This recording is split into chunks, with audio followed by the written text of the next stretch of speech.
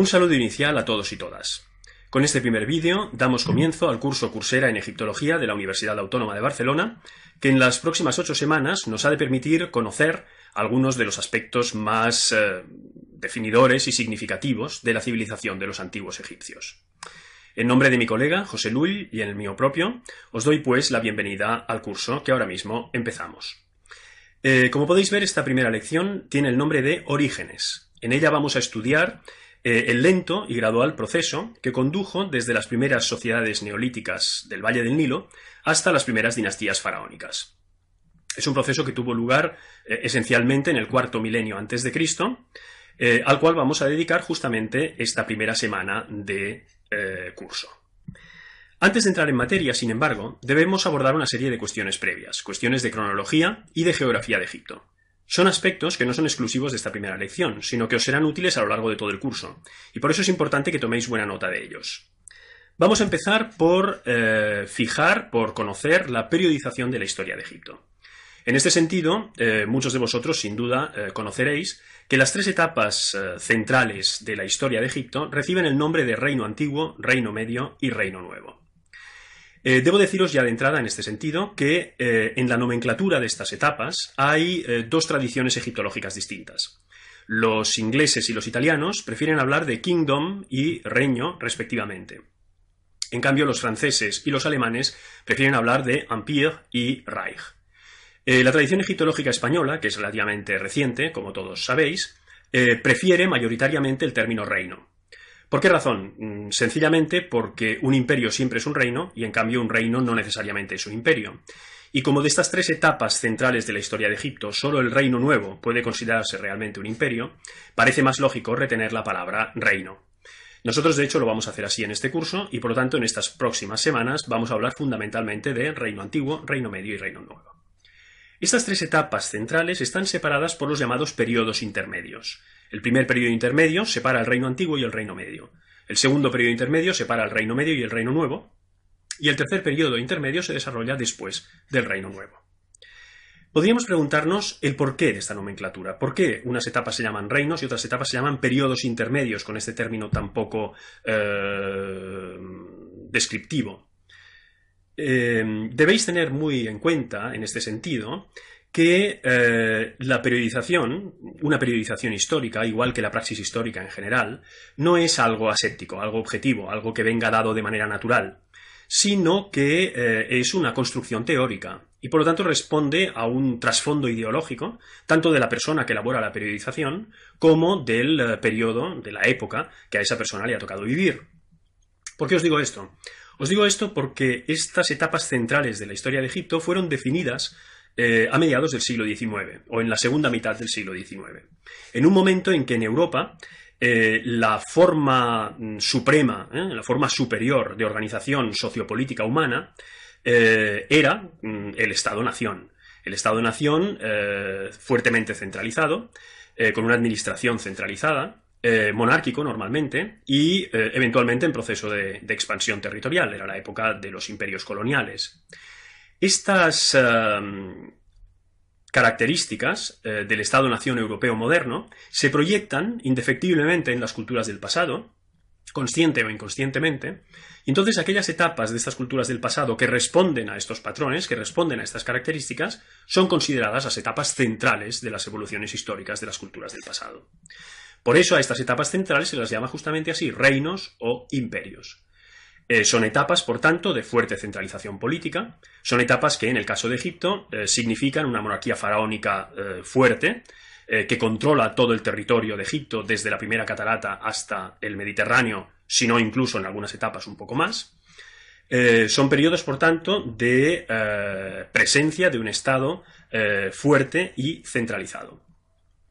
¿Qué son, en cambio, los periodos intermedios en el caso de la historia de Egipto? Pues son etapas justamente en que se verifica todo lo contrario. Son etapas de disgregación política, son etapas en las que los dinastas locales asumen el poder en sus territorios, luchan entre ellos muchas veces por la supremacía en una región determinada y emprenden procesos de reunificación del país, que son los que acaban culminando al final de cada uno de los periodos intermedios en la nueva etapa de centralización política y de unificación. Por tanto, el término de periodo intermedio en realidad es un término que se define por oposición a los reinos. Son términos definidos en negativo, un poco como sucede con el término Edad Media en el caso de la historia europea. ¿Qué es la Edad Media? La Edad Media en realidad no es nada, es una denominación que lo que significa es que se trata de una etapa que va en medio entre una época de esplendor pasada, la época clásica, y una época de esplendor presente, la Europa moderna. Esta periodización, con estos 6 periodos centrales, se va afinando con el tiempo y se añaden lo que se llaman las épocas. Hay una época previa al reino antiguo, que es la época tinita, y 2 épocas posteriores al tercer periodo intermedio, que son la baja época y la época grecorromana. De esta manera tenemos ya estructurada toda la historia dinástica de Egipto. Fijaros que he dicho historia dinástica. ¿Por qué?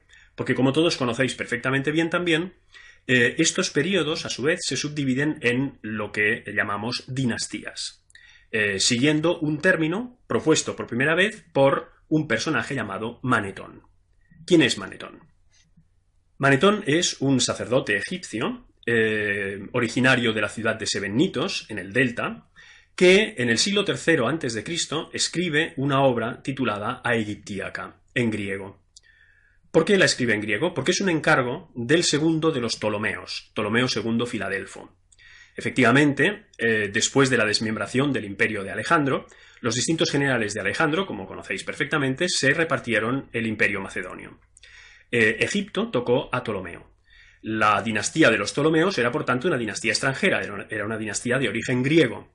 Y Ptolomeo II, que era un hombre culto, quiso conocer bien al pueblo que tenía que gobernar. Y para ello pidió a Manetón, efectivamente, que él escribiera una historia de Egipto. Manetón entonces escribió estos Aegyptiaca en 3 volúmenes, obra que, sin embargo, para desgracia nuestra, se ha perdido. Ahora bien, poco después de que Manetón redactara los Aegyptiaca, se elaboró un epítome de la obra de Manetón, es decir, un resumen que consiste en, básicamente, la serie de las dinastías, con los nombres de los reyes, los años de reinado de cada uno de ellos y algún acontecimiento cuando parecía oportuno registrarlo. De este epítome tenemos distintas versiones que nos llegan a través de los cronógrafos cristianos, en concreto de Julio Africano, en el siglo III después de Cristo, Eusebio de Cesarea en el siglo IV y Jorge Sincelo, un monje bizantino del siglo VIII, naturalmente después de Cristo. Gracias a estos extractos, a estas versiones del epítome de la obra de Manetón, nosotros conocemos, podríamos decirlo así, el esqueleto, la esencia de la obra de los Aegyptiaca de Manetón. Además del epítome transmitido por los cronógrafos cristianos, poseemos un pasaje íntegro de la obra de Manetón, concretamente el que corresponde a los Hicsos. En efecto, en el siglo I después de Cristo, un autor de origen judío, pero que escribió en latín, Flavio Josefo, en su obra Contra Apionem, quiso demostrar la antigüedad de los judíos. Y para hacerlo, entroncó la historia judía con la historia egipcia, puesto que los egipcios eran considerados la nación más antigua de la historia de la humanidad. Josefo consideró a los Hicsos como los judíos más antiguos. Y en efecto, nosotros sabemos que los Hicsos eran poblaciones semíticas procedentes de la franja sirio-palestina que se establecieron en el delta del Nilo y que acabaron haciéndose con el poder en Egipto. Esto es interesante porque la iniciativa de Josefo nos permite conocer íntegro un pasaje de la obra de Manetón. Pero tenéis que tener muy en cuenta que este pasaje en la obra de Josefo está puesto al servicio de una causa determinada y por tanto es muy probable que haya sufrido algún tipo de interpolación. De todos modos, es el único fragmento de la obra de Manetón que podemos leer de forma completa. Esto nos permite, por lo tanto, conocer la subdivisión en dinastías que Manetón realizó. Ahora bien, deberíamos preguntarnos, ¿qué es una dinastía faraónica? Es importante que el término no nos confunda, porque cuando hablamos de dinastía, en términos de historia europea, hablamos de una familia reinante. Una dinastía faraónica no es una familia reinante, o no lo es en primera instancia. Puede serlo, por ejemplo, si se trata de una dinastía extranjera, como los reyes etíopes o los reyes persas. Estos son familias reinantes que conforman una dinastía. Pero en general, el último rey de una dinastía egipcia autóctona, quiero decir, es el hermano, el padre o un pariente más o menos lejano del primer rey de la dinastía siguiente. Entonces, cuando hablamos de dinastía, ¿exactamente a qué nos referimos? Nos referimos a una secuencia convencional de reyes que ha sido determinada en función de criterios distintos del familiar. Por ejemplo, en función de la capital desde la cual esta dinastía gobierna o en función de un cambio en el ritual funerario. Por ejemplo, la dinastía 12 es una dinastía que se caracteriza por haber reinado desde una capital específica, Ittawi. Y el paso de la dinastía 3 a la dinastía 4, el último rey de la dinastía 3 es el padre del primer rey de la dinastía 4, ese paso viene determinado muy probablemente por el paso de la pirámide escalonada a la pirámide de caras lisas. Por lo tanto, hay razones de carácter ritual o de carácter geopolítico que determinan estos cambios de dinastía. Pero no se trata, insisto, de familias reinantes, sino que muchas veces una misma familia comporta distintas dinastías sucesivas. También es importante que tengáis presente que en la obra de Manetón las dinastías se nos presentan como correlativas unas a otras, se nos presentan como si se hubieran sucedido unas a otras. Nosotros sabemos en realidad hoy que en los periodos centrales de la historia de Egipto, en los reinos, en el reino antiguo, en el reino medio, en el reino nuevo, sí que se produce esta sucesión correlativa de las dinastías que conforman estos periodos. Pero, por ejemplo, en los periodos intermedios, muchas veces las dinastías no son sucesivas, sino que son contemporáneas, coexisten paralelamente en el tiempo. Esta es otra cuestión que también debemos tener en cuenta a la hora de comprender la periodización de la historia de Egipto. En relación con la división en dinastías propuesta por Manetón, podríamos plantearnos si se trata de una iniciativa del propio Manetón o si viene de más antiguo. En realidad nosotros sabemos que Manetón consultó toda una serie de fuentes que vienen de lejos, en realidad, que son características de toda la historia faraónica, que por un lado suponen listas de reyes y por otro lado suponen anales reales. Vamos a ver con un cierto detalle estas fuentes previas a Manetón. La primera que os voy a presentar es el papiro de los reyes de Turín, que podéis ver aquí en dos fragmentos. En la fotografía superior podéis ver un fragmento del canon de Turín. Como veis, el estado de conservación es bastante precario. Esto se debe al hecho de que el papiro fue hallado a principios del siglo XIX en una tumba de la necrópolis tebana. Cuando fue hallado estaba prácticamente intacto, pero en su traslado a Luxor, fue trasladado de forma poco cuidadosa, en su traslado a Luxor sufrió de manera irremediable y una buena parte del papiro se perdió convertida en polvo. Los egiptólogos posteriormente han hecho un trabajo muy minucioso de recuperación de los fragmentos que se habían conservado y de recolocación de esos fragmentos, de manera que en la actualidad tenemos una parte del texto conservada. En esta fotografía podéis ver ya una primera cuestión importante, que es el tipo de escritura. Si os fijáis, la escritura reflejada en este papiro no es pictográfica. Es decir, los signos que podéis ver escritos en el papiro no representan objetos, seres o procesos de la realidad. Vosotros viendo estos signos no podéis reconocer elementos de la realidad. Son trazos más o menos convencionales, son trazos cursivos. ¿Por qué ocurre esto? Porque esto es escritura hierática. Esto es lo que diferencia el hierático del jeroglífico, como iremos viendo a lo largo del curso. El jeroglífico es una escritura pictográfica, en el sentido de que los signos representan, como digo, seres, objetos o procesos de la realidad. En cambio, el hierático es una escritura no pictográfica, es una escritura cursiva. Es una escritura que se caracteriza por ser la escritura que se utiliza sobre papiro, la escritura de cada día, la escritura de los documentos cotidianos, pero también de la literatura y de algunos documentos importantes, como podía ser este papiro de los reyes conservado en Turín. Por lo tanto, el tipo de escritura que veis aquí es escritura hierática. Ahora me gustaría que os fijarais en las dos reproducciones que tenéis en la parte inferior de la diapositiva. La de la izquierda es otro fragmento, en hierático, del papiro original. La de la derecha, en cambio, es un dibujo del mismo fragmento que tenéis a la izquierda, pero esta vez en transcripción jeroglífica. Es decir, el texto aquí sí que está en jeroglíficos. Aquí sí que podéis reconocer objetos o seres de la realidad. Aquí podéis reconocer abejas, podéis reconocer pájaros, podéis reconocer cestos, podéis reconocer brazos que llevan cosas en la mano, podéis reconocer toda una serie de elementos que existen en la realidad, porque esto es una escritura pictográfica, estos son jeroglíficos.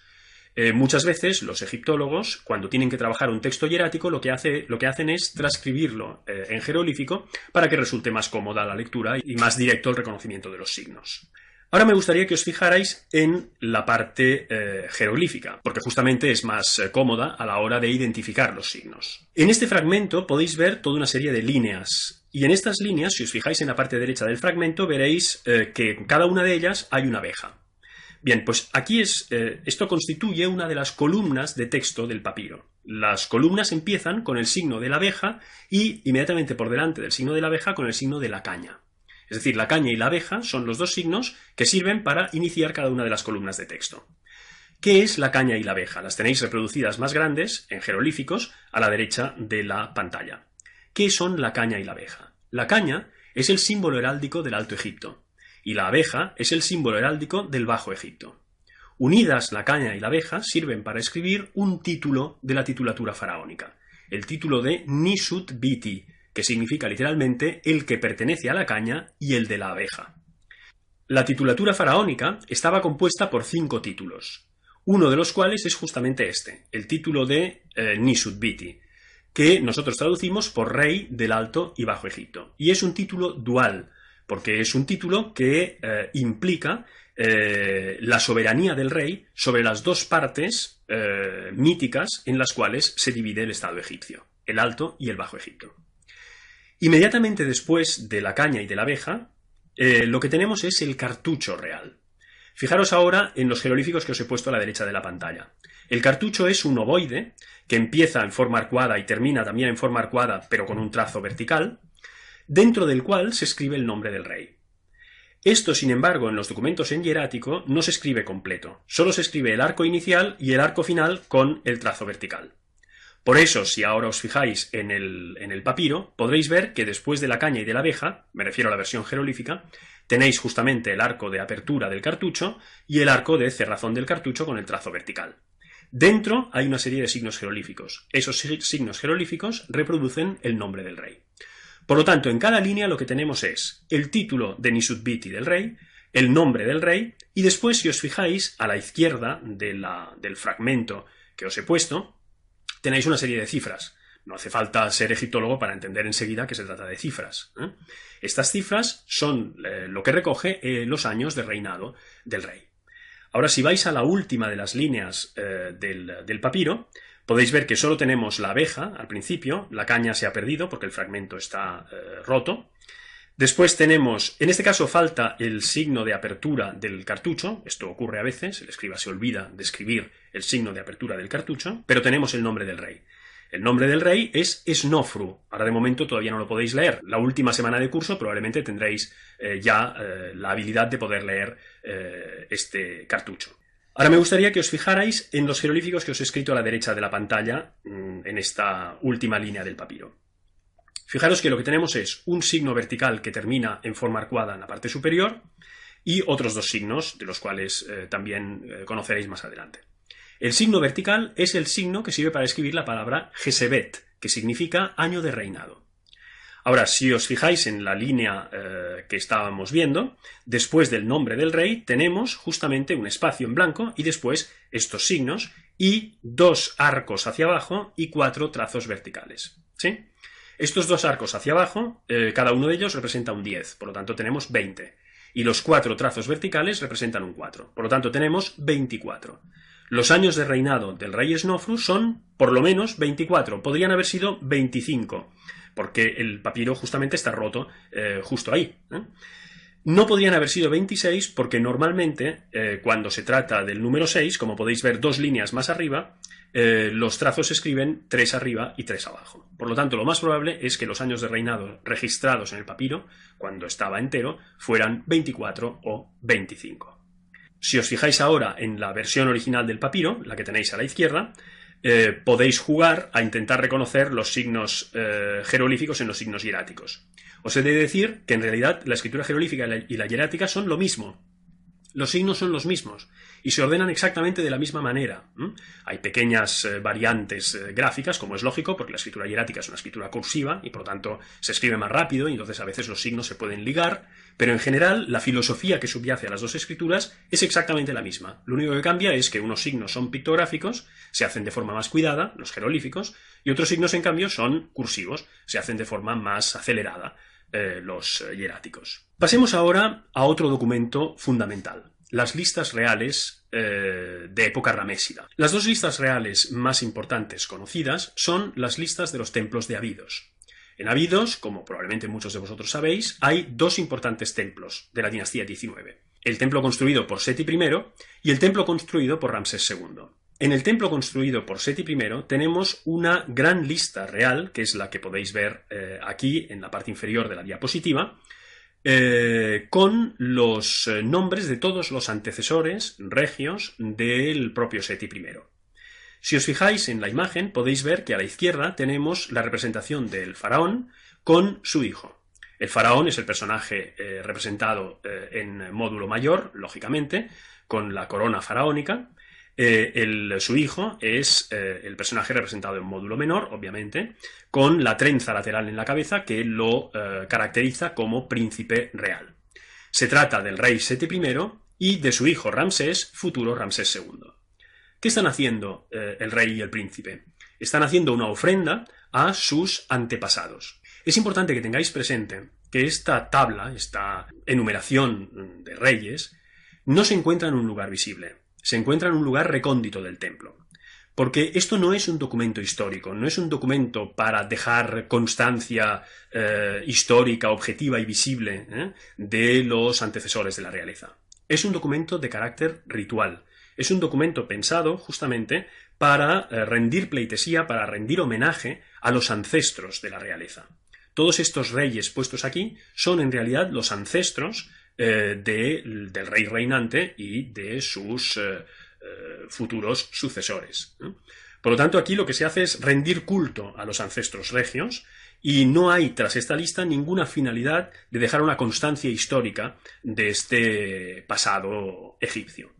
Esta es una característica que debéis tener muy en cuenta para comprender bien este tipo de documentos y para entender que normalmente se trata de documentos que se hallan en lugares inaccesibles, lo cual indica que no han sido hechos para ser vistos de manera habitual por el común de los mortales. En la parte superior de esta diapositiva os he puesto fotografías de dos dinastías de reyes. Del número 15 al número 19 tenéis la tercera dinastía. Y del número 20 al número 25 tenéis la cuarta dinastía.